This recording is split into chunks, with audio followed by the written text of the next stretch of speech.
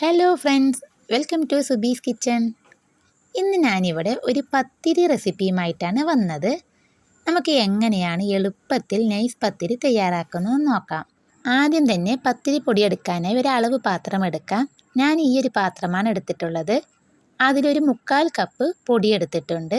പത്തിരിപ്പൊടി വാട്ടാനായി ഞാനിവിടെ ഒരു പാത്രം എടുത്തിട്ടുണ്ട്. അതിലോട്ട് ഞാൻ നേരത്തെ അളവ് പാത്രം എടുത്ത അതേ പാത്രത്തിൽ 1/4 കപ്പ് വെള്ളമാണ് എടുത്തത്. ആദ്യം 1 കപ്പ് മുഴുവനായിട്ടും പിന്നെ ഒരു 1/4 കപ്പ് വെള്ളവും കൂടിയാണ് ഞാൻ ഇതിലോട്ട് ഒഴിച്ചു കൊടുത്തത്. അതിനുശേഷം ഞാനിതാ കുറച്ച് ഓയിലും കുറച്ച് ഉപ്പും കൂടി ഇട്ട് നന്നായി തിളക്കാൻ വെച്ചിട്ടുണ്ട്. അത് തിളച്ച് വരുമ്പോഴേക്കും നമുക്കിവിടെ കൗണ്ടർ ടോപ്പെല്ലാം ഒന്ന് ക്ലീൻ ചെയ്തെടുക്കാം.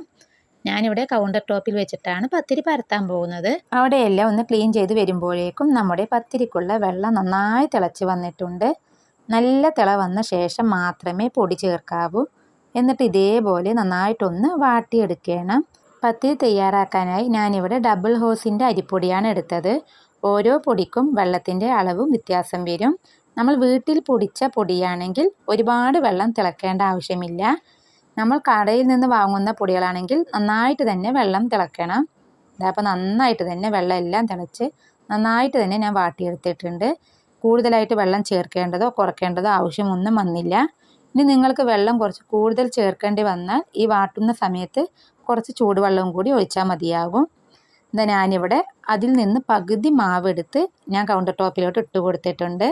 എന്നിട്ട് ഇതേപോലത്തെ ഒരു പാത്രം എടുത്ത് നന്നായിട്ട് തന്നെ ഞാൻ അതിലോട്ട് കുഴച്ചെടുക്കുന്നുണ്ട്. നിങ്ങളുടെ കയ്യിൽ ഇതേപോലെയുള്ള പാത്രം ഇല്ലെങ്കിൽ ഒരു കപ്പോ അല്ലെങ്കിൽ ഒരു ഗ്ലാസ്സോ വെച്ച് നമുക്ക് ഇതേപോലെ നന്നായിട്ട് തന്നെ ഒന്ന് കുഴച്ചെടുക്കാം. പൊതുവെ പത്തിരി തയ്യാറാക്കുമ്പോൾ എല്ലാവർക്കുമുള്ള ടെൻഷൻ കൈ നന്നായി ചൂട് പിടിക്കുന്നതാണ്. ഇതേപോലെ ചെയ്താൽ നമ്മുടെ കയ്യിലൊന്നും ചൂട് തട്ടില്ല. ഇതേപോലെ നന്നായിട്ട് തന്നെ നമുക്കൊന്ന് കുഴച്ചെടുക്കാം. ഒരുപാട് പ്രസ് ചെയ്ത് കുഴക്കേണ്ട ആവശ്യമൊന്നുമില്ല. പണ്ടുള്ളവരൊക്കെ പറയുന്നത് കേൾക്കാറുണ്ട്, പത്തിരി എന്ന് പറഞ്ഞാൽ 10 പണിയാണെന്ന്. ആദ്യമൊക്കെ ഞാനും ഇത് തന്നെയാണ് വിചാരിച്ചത്. എനിക്കും പത്തിരി ഒന്നും തയ്യാറാക്കാൻ അറിഞ്ഞിട്ടില്ലായിരുന്നു. പക്ഷേ ഈ രീതി ഞാൻ ഫോളോ ചെയ്ത് വന്ന ശേഷം എനിക്കിപ്പോൾ പത്തിരി പെട്ടെന്ന് തന്നെ തയ്യാറാക്കിയെടുക്കാം. കാരണം നമ്മുടെ കൈ ചൂടോ ഒന്നും തന്നെ തട്ടുന്നില്ല. ഇതേപോലെ ഒരു പാത്രം കൊണ്ട് കുറച്ച് തവണ പ്രസ് ചെയ്താൽ മാത്രം മതിയാകും. ഒരുപാട് തവണ പണ്ടത്തെ പോലെ നമ്മൾ പത്തിരിക്കൊന്നും നന്നായി കുഴച്ച് വാട്ടിയെടുക്കേണ്ട ആവശ്യമൊന്നുമില്ല.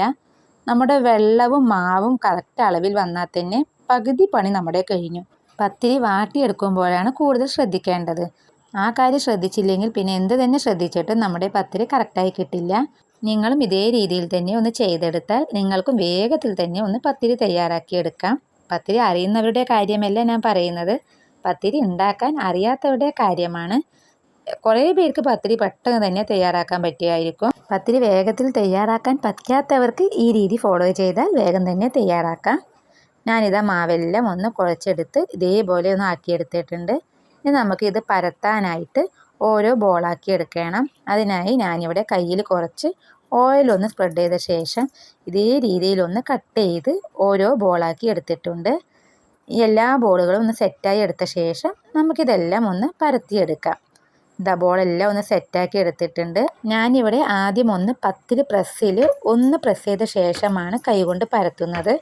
പത്തിരി പ്രസ് ആവശ്യമില്ലാത്തവർക്ക് ഡയറക്റ്റായിട്ട് തന്നെ കൈകൊണ്ട് പരത്തിയെടുക്കാം. ഞാനൊന്നൊരു എളുപ്പപ്പണിക്ക് വേണ്ടി ആദ്യം തന്നെ ഒന്ന് പത്തിരി പ്രസ്സിൽ വെച്ച് ചെറിയൊരു റൗണ്ട് ഷേപ്പ് ആക്കിയ ശേഷമാണ് ഞാൻ കൈകൊണ്ട് പരത്തുന്നത്. അങ്ങനെ പരത്തുമ്പോഴാണ് എനിക്കൊരു തൃപ്തി വരാറ്. കുറേ പേര് പ്രസ്സിൽ മാത്രം ഒന്ന് പ്രസ് ചെയ്തെടുക്കാറുണ്ട്. ഞാൻ ഓരോ പത്തിരിയും ഇവിടെ നന്നായിട്ട് നൈസായിട്ട് തന്നെ ഒന്ന് പരത്തിയെടുക്കുന്നുണ്ട്. പത്തിരി പൊതുവേ നൈസായിട്ട് ചുട്ടെടുക്കുമ്പോഴാണ് കഴിക്കാനും അതിൻ്റേതായ ഒരു ടേസ്റ്റ് ഉണ്ടാകുക. പത്തിരി ഒന്ന് കട്ടിയായി പരത്തിയാൽ തന്നെ നമുക്ക് കഴിക്കുമ്പോൾ ഒരു വലിയൊരു സുഖമുള്ളതായി തോന്നില്ല.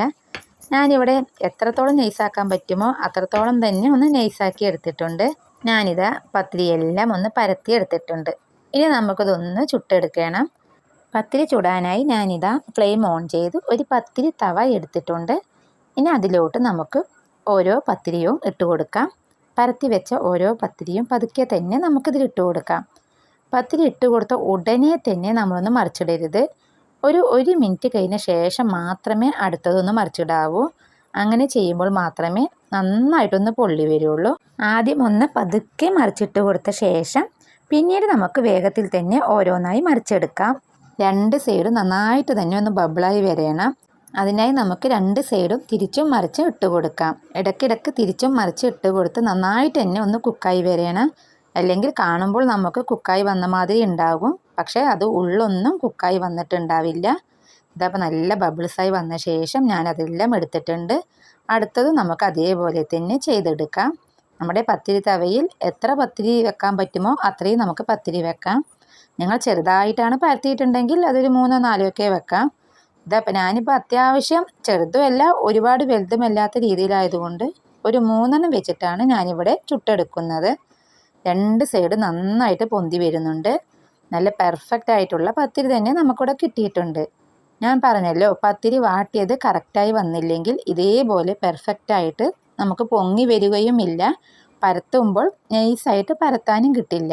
പത്തിരിക്കുള്ള മാവ് പെർഫെക്റ്റായി വാട്ടിയെടുത്തില്ലെങ്കിൽ നമ്മൾ പരത്തുമ്പോൾ അതെല്ലാം ഓരോന്നായി പൊട്ടിപ്പോകും.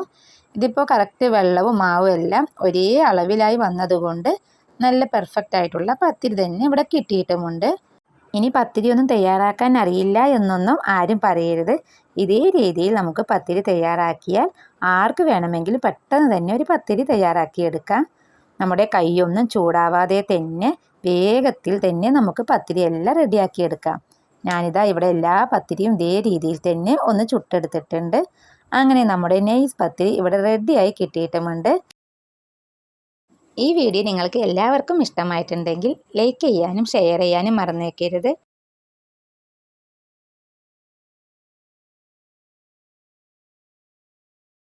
അതുപോലെ തന്നെ നിങ്ങളുടെ ഫീഡ്ബാക്ക് കമൻറ്റ് ബോക്സിൽ അറിയിക്കാനും മറക്കരുത്.